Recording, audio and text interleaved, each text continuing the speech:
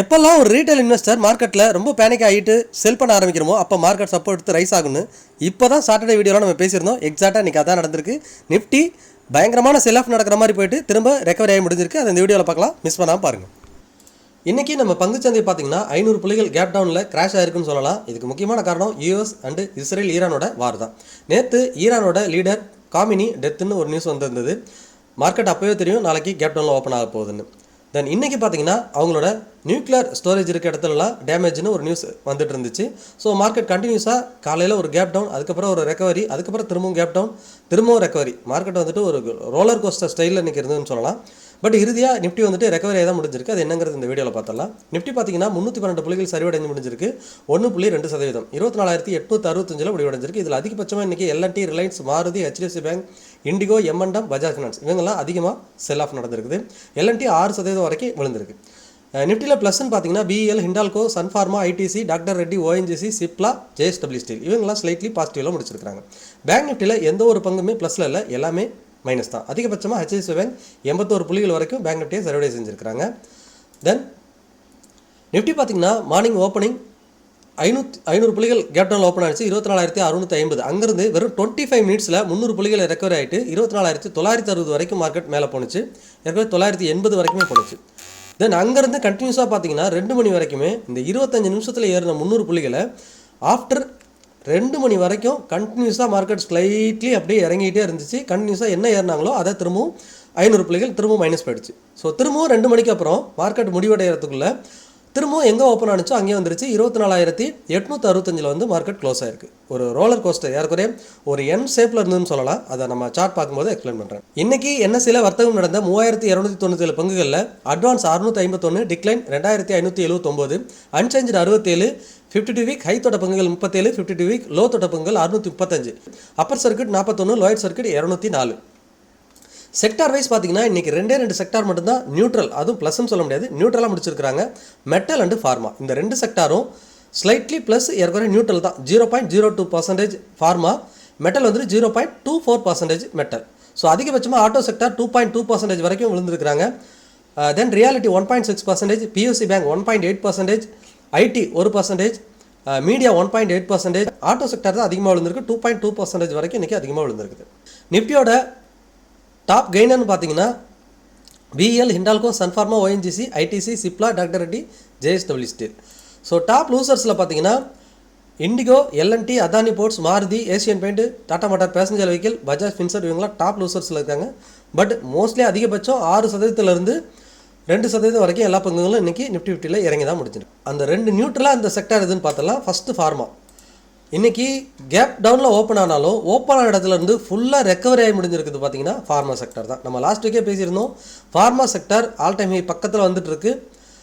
தென் இது ஒரு நியூஸ்னால் மட்டும்தான் ஃபார்மா செக்டர் இந்தளவுக்கு ஃபால் வந்திருக்கு. ஃபால் ஆனாலுமே லாஸ்ட் வீக் எங்கே க்ளோஸ் ஆனிச்சோ அங்கேயே போய் முடிஞ்சிருக்கு, நியூட்ரலாக முடிஞ்சிருக்கு பாருங்கள். அப்போ ஃபார்மா செக்டர் ஏறக்குறைய புல்லிஸாக இருக்குது.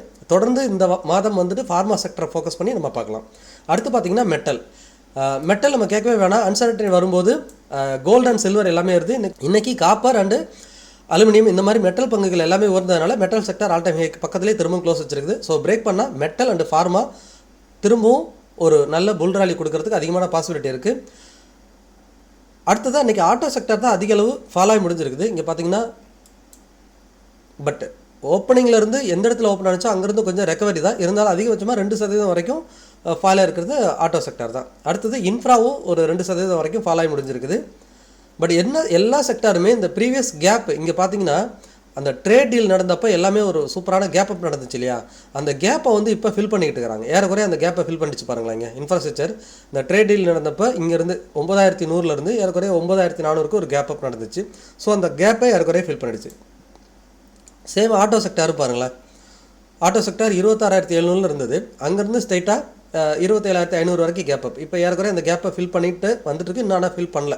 ஆட்டோ செக்டார் இன்னும் கொஞ்சம் கேப் இருக்குது. ஸோ அதனால் ஆட்டோ செக்டாரில் இன்னும் கொஞ்சம் செல்லிங் தெரிஞ்சிட்ருக்கு. தென் ஐடியும் பார்த்தீங்கன்னா 1% இறங்கியிருந்தாலும் ஐடி அந்த 30,000 ஹோல்ட் பண்ணிட்டு இருக்கிறாங்க. இதை பிரேக் பண்ணால் இன்னும் ஐடியில் ஒரு ஹெவி செல்லிங் ப்ரெஷர் வரும். பட் அதுக்கான வாய்ப்பு இப்போ இல்லை அப்படின்னு நான் நினைக்கிறேன். பார்ப்போம் நெக்ஸ்ட் வீக்கில் எப்படி இருக்குன்னு சொல்லிட்டு இந்த வாரம் ஃபுல்லாக பார்த்தாலே நமக்கு தெரிஞ்சிடும்.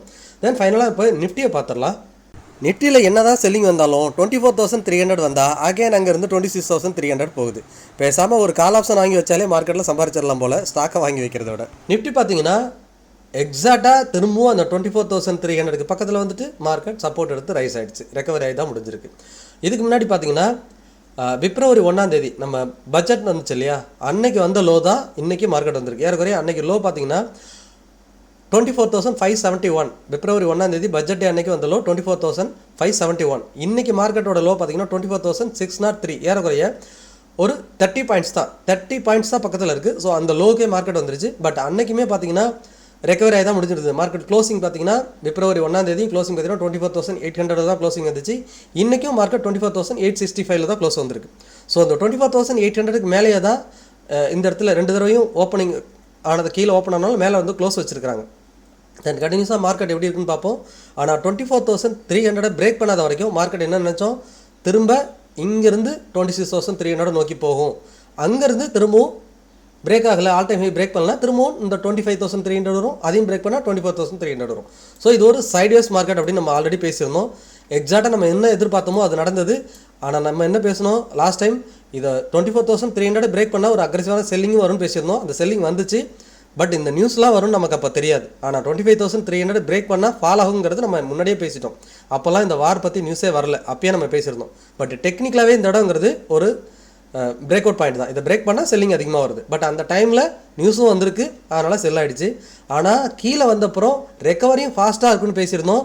நம்ம என்ன எக்ஸாக்டாக எதிர்பார்த்தோமோ அதே போல் இன்றைக்கி ரெக்கவரியாக தான் முடிஞ்சிருக்கு. ஸோ கம்மிங் டேஸில் எப்படி மார்க்கெட் இருக்க போகுதுன்னு பார்க்கலாம். பட் ரெக்கவரி நடந்ததுனால மார்க்கெட் கண்டினியூஸாக இந்த 25,300 வரைக்கும் ஈஸியாக மூவ் ஆகிடும். எனக்கு தெரிஞ்சு 25,300க்கு ஏறக்குறைய 500 புள்ளிகள் தான் இருக்குது. இந்த 500 புள்ளிகள் மார்க்கெட் மூவ் ஆகிடும். தென் 25,300 பிரேக் பண்ணால் திரும்ப ஆல் டைம் ஹை 26,300க்கு போயிடும்.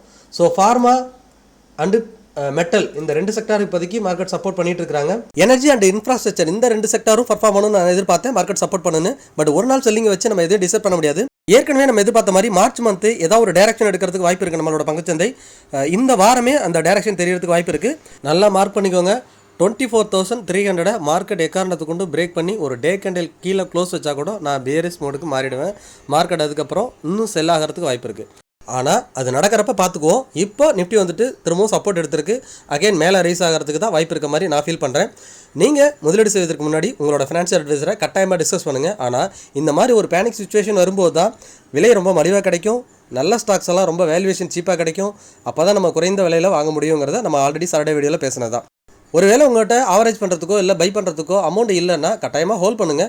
கொஞ்சம் நாளில் அதுவே ரெக்கவரி ஆகிடும். கட்டாயமாக முதலீடு செய்வதற்கு முன் ஒரு ஃபினான்ஷியல் அட்வைசரோட டிஸ்கஸ் எடுத்துக்கிறது ரொம்பவே நல்லது. நான் AMFI register mutual fund distributor, அதாவது association of mutual fund in இந்தியாவில் பதிவு பெற்ற மியூச்சுவல் ஃபண்ட் டிஸ்ட்ரிபியூட்டர் மற்றும் IRDAயோட சர்டிஃபைடு இன்சூரன்ஸ் அட்வைசர். நீங்கள் உங்களோட ஃபினான்ஷியல் கோல்ஸை பங்குச்சந்தையில் முதலீடு செய்வதன் மூலம் ஈஸியாக அச்சீவ் பண்ண முடியும். அதுக்கு நீங்கள் செய்ய வேண்டியதெல்லாம் டிஸ்பிளேல தெரிகிற வாட்ஸ்அப் நம்பருக்கோ அல்லது மெயில் ஐடிக்கோ தொடர்பு கொள்ளலாம். அல்லது டிஸ்கிரிப்ஷனில் இருக்க கூகுள் ஃபார்ம் ஃபில் பண்ணுங்கள், நான் உங்களை தொடர்பு கொள்கிறேன். பங்குச்சந்தை தொடர்பான டெய்லி அப்டேட்டுக்கு டெலிகிராம் சேனல் லிங்க் கொடுக்குறேன், மறக்காமல் சர்ச் பண்ணி ஜாயின் பண்ணுங்கள். நம்ம சேனலுக்கு பிகினராக இருந்தீங்கன்னா நம்ம சேனலை சப்ஸ்கிரைப் பண்ணுங்கள், லைக் பண்ணுங்கள், உங்களோட ஃப்ரெண்ட்ஸ் அண்ட் ஃபேமிலிக்கு ஷேர் பண்ணி பார்க்க சொல்லுங்கள். மீண்டும் ஒரு நல்ல வீடியோவில் சந்திக்கிறேன். உங்கள் கோவிந்த்.